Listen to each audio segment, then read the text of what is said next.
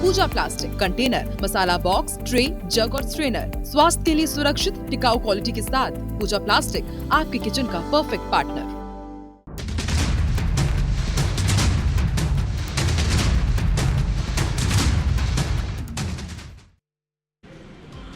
तो इस वक्त की सबसे बड़ी खबर, आज देश में जो सबसे बड़ी खबर है वो ये कि आज छत्तीसगढ़ में नक्सलवाद का पर्याय माने जाने वाला हिडमा को ढेर कर दिया गया।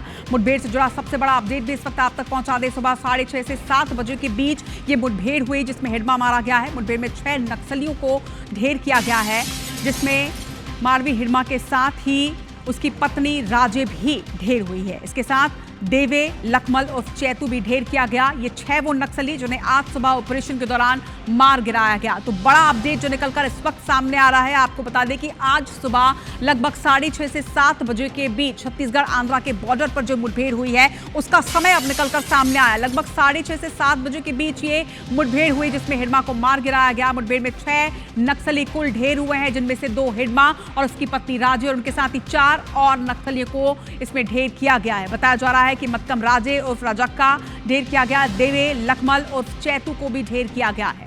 तो हिडमा उर्फ हिडमन्ना को ढेर किया गया, मत्कम राजे उर्फ रजक्का और देवे लखमल उर्फ चैतू को ढेर किया गया। तो ये 6 तस्वीरें उन 6 दहशतगर्दों की जिन्होंने इस क्षेत्र में आतंक मचा रखा था, दहशत फैलाया हुआ था। और आज जब इन 6 के मारे जाने की खबर सामने आई और सबसे बड़ी बात हिडमा के मारे जाने की खबर सामने आई, उसके बाद किस तरह से पूरे क्षेत्र में शांति की लहर है, उस तरह से एक जश्न का माहौल वहां पर नजर आया है। जिस तरह से आतिशबाजी हुई है उससे आप समझ सकते हैं कि इस क्षेत्र में कितनी दहशत थी कि लोग अब हिडमा के मारे जाने का जश्न मना रहे हैं। तो ये तस्वीरें नाम के साथ आपके टीवी स्क्रीन पर 6 नक्सलियों को आज ढेर किया गया है। हमारे जवानों ने एक ऑपरेशन लॉन्च किया गया। जब इनपुट मिला कि हिडमा इस क्षेत्र में मौजूद है, उसके बाद इस ऑपरेशन को लॉन्च किया गया और ऑपरेशन में सबसे बड़ी सफलता मिली जब हिडमा को ढेर कर दिया गया। हिडमा के साथ ही 40 लाख की इनामी नक्सली उसकी पत्नी राजे भी ढेर हुई है। दूसरी तरफ अब तस्वीरें देखिए, जश्न की ये तस्वीरें हैं।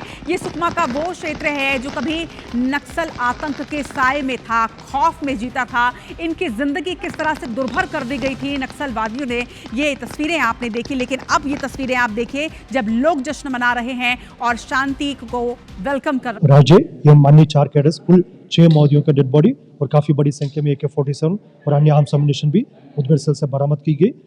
मारवी हिडमा का इस मुठभेड़ में मारा जाना सुरक्षा बलों के लिए काफ़ी एक निर्णायक बढ़त है। न सिर्फ दंडकारण्य स्पेशल जोन कमेटी इलाका, न सिर्फ बस्तर क्षेत्र का, संपूर्ण भारतवर्ष में नक्सल विरोधी अभियान के लिए ये काफ़ी एक निर्णायक बढ़त के रूप में देखा जा रहा है। नक्सल मुक्त भारत, नक्सल मुक्त छत्तीसगढ़, नक्सल मुक्त बस्तर, ये संकल्प है। उसी संकल्प की आगे लेते हुए सुरक्षा बल द्वारा एक इंटीग्रेटेड और कोऑर्डिनेटेड एफर्ट लगातार की जा रही थी।